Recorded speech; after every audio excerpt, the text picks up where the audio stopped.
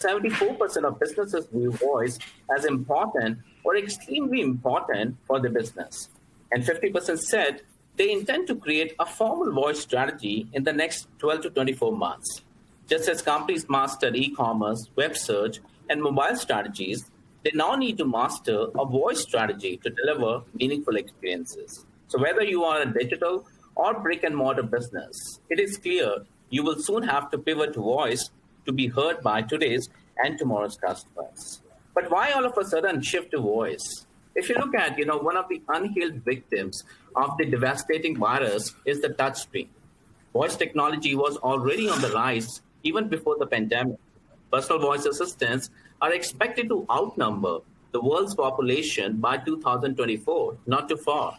But the virus served to increase voice technology's base and popularity as we all avoid touching anything around us. Within the first 2 months of pandemic lockdowns, Alexa skills usage shot up by 65% globally. It's the future happening faster because we were shifting inexorably towards voice interfaces, and we've seen that. There are many examples.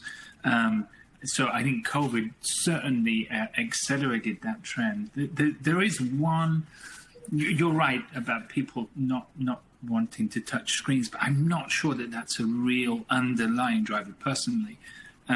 There's one example, I think, in China, where the government, some part of the government services used a voice bot to do track and trace.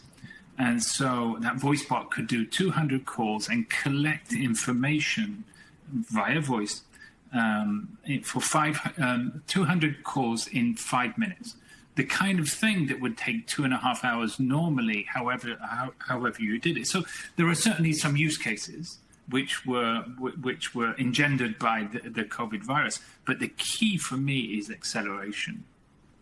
Talking to you all right now, I am probably no less than 6 feet from about 4 or 5 voice-enabled devices, whether it be an Alexa, and I have to be careful what I say because it's going to go off, but my Alexa device, I've got a phone, I've got even my Mac is Siri enabled. I've got a Roku that's voice enabled. So there's all these smart devices around us. So it's truly, what people talked about years and years ago, that the realm of ubiquitous computing is here. It's all around us. And I think with us all spending more time home around these devices, as opposed to in the office where these devices didn't exist, we can now take advantage of that. And I think consumers are really taking it just normal, not only consumers, but also the remote workforce is taking advantage of utilizing these devices to do everyday tasks. One, just to give an example, we developed at Truist, a teammate employee-facing skill to help with just supporting the remote workforce. So they can ask Alexa to send support information. So I'm having trouble connecting with my VPN, or hey, Alexa, call the Truist help desk, and it will connect them, because a lot of people forget the help desk number, and if they can't connect to the network, they can't get readily accessible some of that information, some of that content. So I think Mark is spot on. It's really an acceleration, but I think it's also opened us up to some new use cases that we haven't thought of, like the teammate employee-facing skill. That, quite honestly, all of us pre-COVID were spending most of our time in the office, and now that has really changed. Of how consumer goods manufacturers were disintermediated by retailers. Walmart knows everything about your customers. Mr. Unilever, you know nothing. So it's a risk. It's a risk for brands to be disintermediated by power players and pretty good ones, right? Amazon and Google. And if you look at which brands from which categories are choosing which smart assistant to align themselves with, it kind of starts to make sense. Retailers are generally not very keen to align themselves with Amazon. So short answer is no. The longer answer, 50% of searches are now voice searches. That's extraordinary. And to tie that to what Jason just said, that voice is often an entry point to a relationship. So how do brands exist in that world? How do brands rise to the top when if your voice search is governed by Alexa, you know that the first products that come are going to be Amazon owned products. So this notion of how a brand competes for attention, both with their consumers, but also with robots.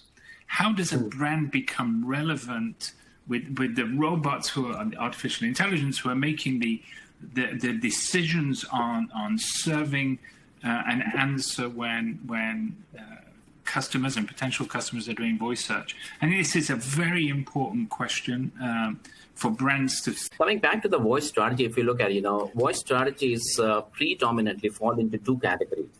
Brands can adopt either or both of these approaches depending upon, their business objectives and specific use cases. The first is building voice capabilities for third-party assistants like Alexa, Siri, or Hey Google to get recognized, by them. And that's where most companies are focusing right now, building a, Alexa skill, right, for a particular service for their customers and similar to other devices. But the second is creating voice capabilities from the ground up by adding them to existing products and services, right? For instance, incorporating a voice-based chatbot to answer, customer questions. So there are basically, two sort of categories that emerge, right? One that is purely focused on third-party voice assistants, and second is injecting, voice from the ground up, to your product, services, applications. By enabling our clients to utilize Siri and Google to initiate a Zelle payment. For those in the U.S., they're probably familiar with Zelle. Zelle would be an equivalent to say a Venmo, and they could initiate payment using their mobile devices with using Siri and using Google native capabilities. That's just an example. It's how do you take some of your existing channels and front end that with voice capabilities. To me, that's really probably the best way to take your existing rails and front end that with voice for really just a more natural and really a better client experience. These cases, I'll just mention what we're working on is allow clients to ask Alexa or Google, is my local branch open, right? That's a simple question. But before I go through the trouble, all the inconvenience that comes with living life in a global pandemic, before I get in the car, take transit to my local branch to meet with someone, is it even open, right? So before I walk out the door, like, hey, Alexa, is my local branch open? It knows where you are, knows your closest branch. It'll check for you and just simple answer back, right? We're kind of, depending on, I would say, if I looked at your short answer to your question, I would say we're a mix of, we've got some trials in production and we've got a lot of pilots going on. But critical mass is accelerating. We're really trying. Privacy is the biggest concern holding companies back from investing in voice technology, as they're not sure how to gain consumer trust for their voice strategy.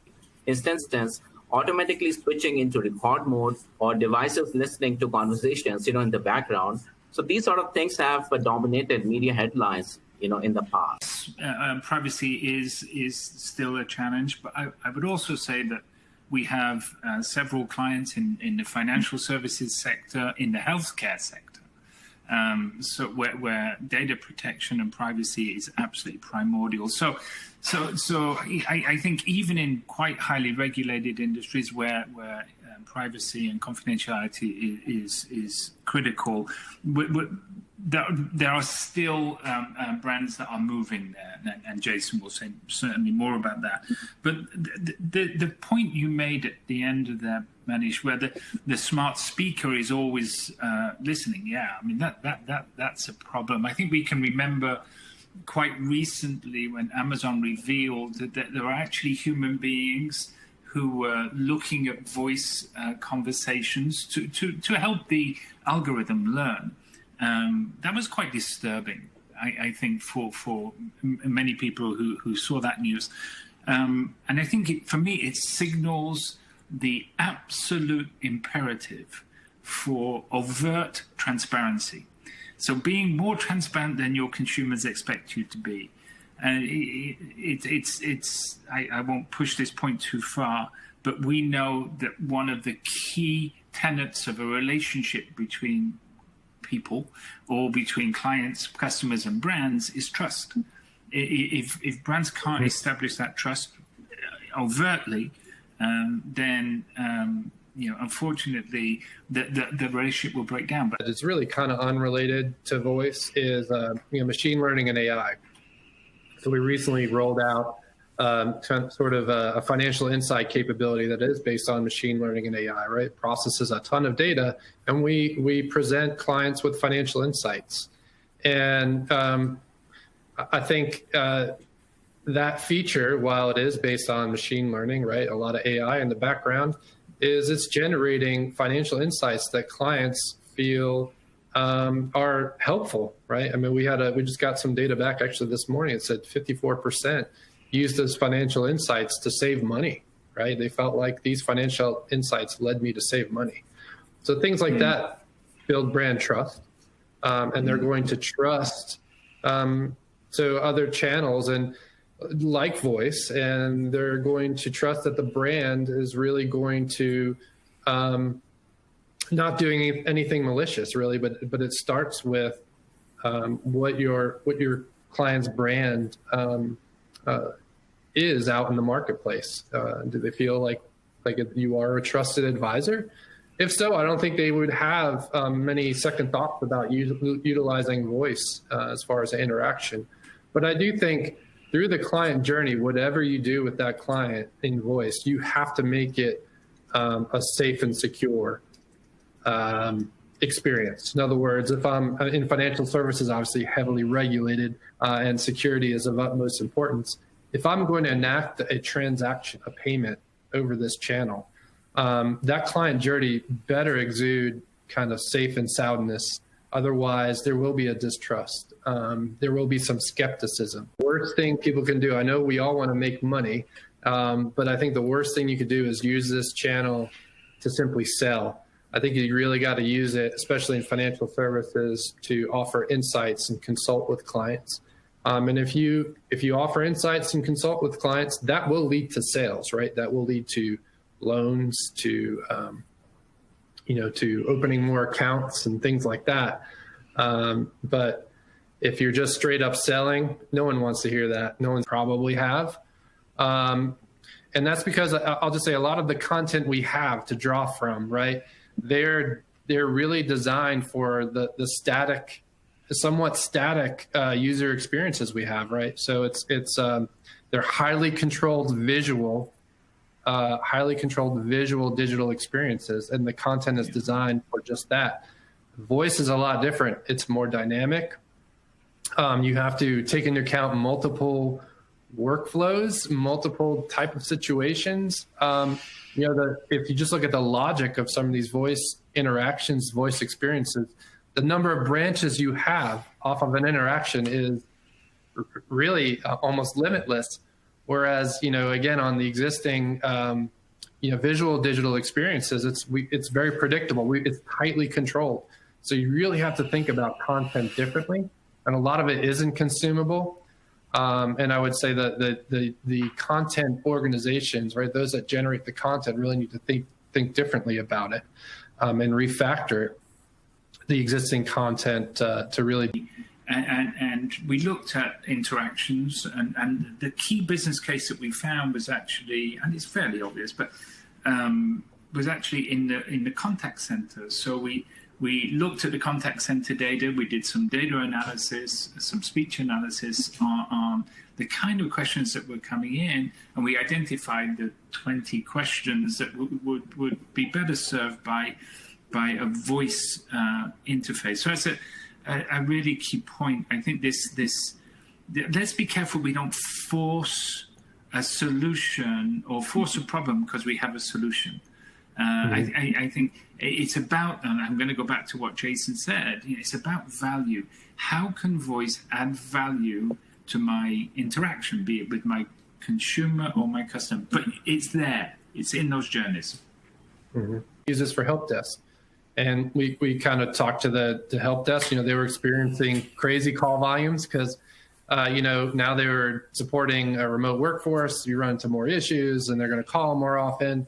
And, you have hold times were, hour plus, and it was just a terrible client experience. So we started with that.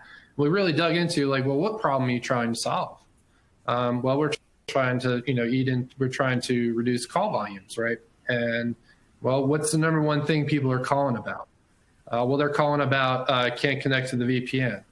Okay, well, this chatbot would be on network, correct? Yes. Okay, well, that's not going to help you if a majority of your calls are can't connect to the network.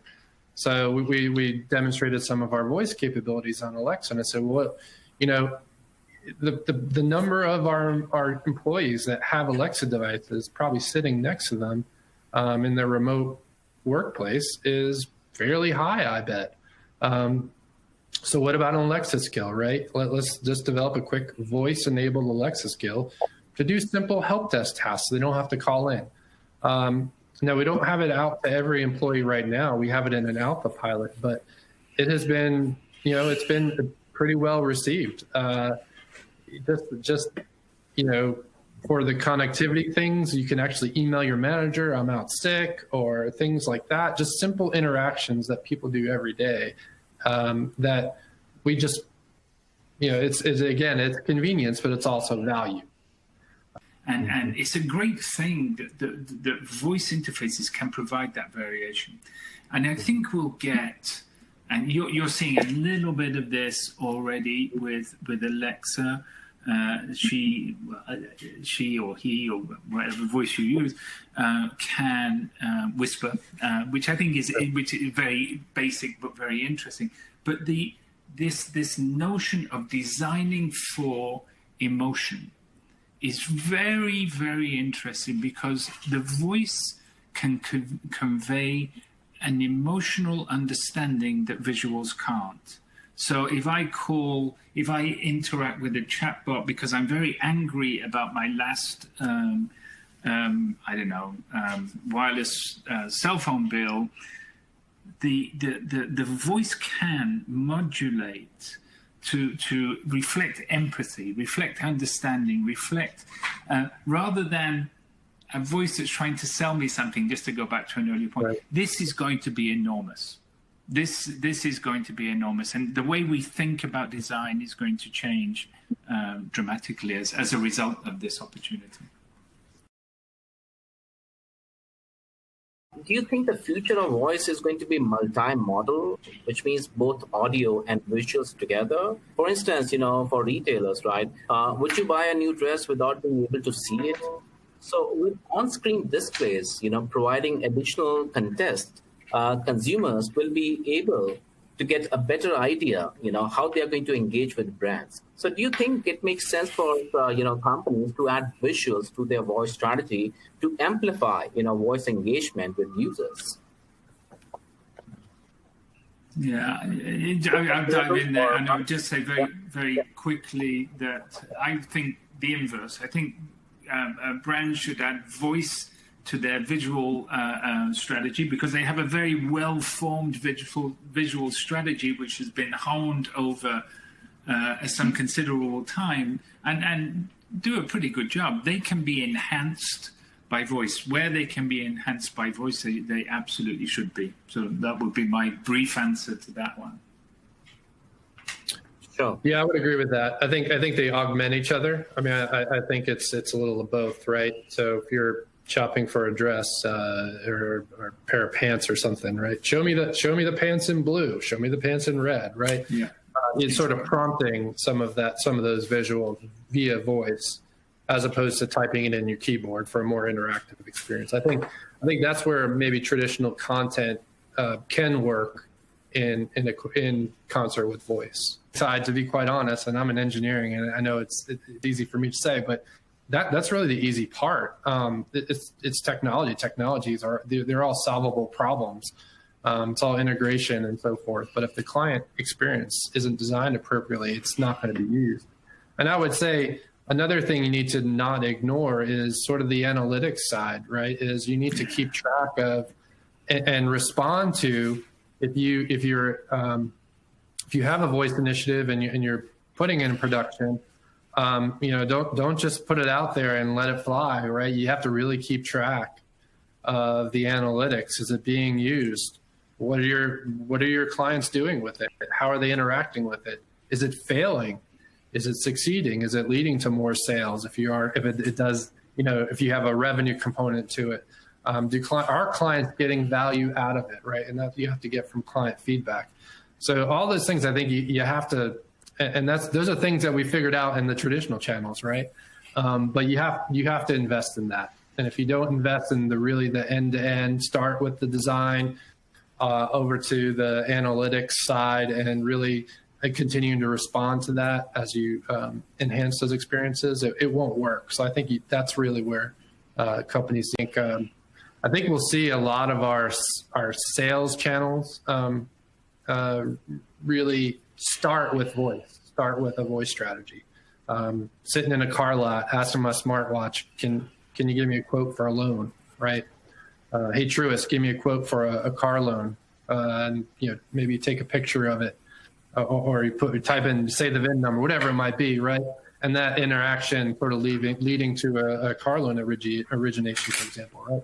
I see those interactions really being almost BAU in the future, and the near future, right? I mean, probably less than 5 years. Organization love the idea of attribution, right? What channel attributed to this sale? It's going to blur the lines a little bit because it'll probably be multiple channels, right? I mean, I think you bring up a good point. Voice will probably be that potentially the primary influencer. All the interactions you have and the trust you build over the voice channel probably lead to a sale. Can we really tell? Is that the primary attribution to a sale? It'll be very difficult in the future. It's going to be tricky. I'm not in sales. Which I think is related to that to the content question. Is the brand identity question. So, we've been talking for, 50 years about the voice of the brand. And it's a metaphor for how the brand speaks to its constituencies, its consumers, its customers. But now the voice of the brand is real. What does that mean?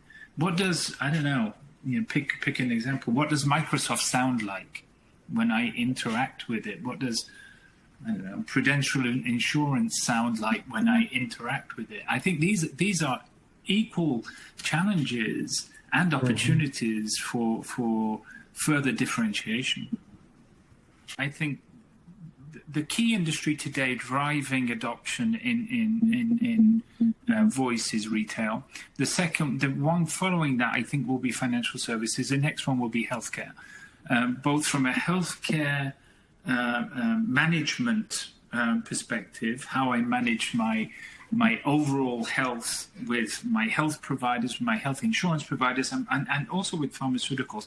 So we've done some things with health providers, creating chatbots. I'm looking at the clock and I want to be careful, but there's a lot to say about that. I'd be happy to follow up. We also built, for one of our clients in the UK, a voice-based application around the COVID, the beginning of COVID in March of this year, where we helped reduce people going into NHS emergency rooms via a voice interface. And the voice interface, first of all, it was a simple question and answer, but the voice also listened for intonation. And if necessary, we will bring in a human to finish the conversation. So I think it's extraordinary in the sense of adherence, in the sense of healthcare, in the sense of caregiver. So patient plus caregivers. Is this an additional caregiver? Is that a thought? Is that something we could do? something. Yeah. So I'm not in healthcare, but I will add, I live in Raleigh, North Carolina, here in the United States. It's a big biotech healthcare sort of hub in the U.S. And one thing I'm thinking about, I know there's been, in this global pandemic, how do you keep clinical trials going? And there's a lot of companies focusing like PPD and Quintiles and other CROs that are really focusing on shifting to virtual trials. So that to me would be an interesting use case. How do you engage clinical trial participants around, checking on symptoms, how things are going with voice, as opposed to having them actually coming into a clinic and checking in? Because I think some of these practices are going to probably continue post-COVID because, to be quite honest, they're more cost effective. They might even have better participation and things like this.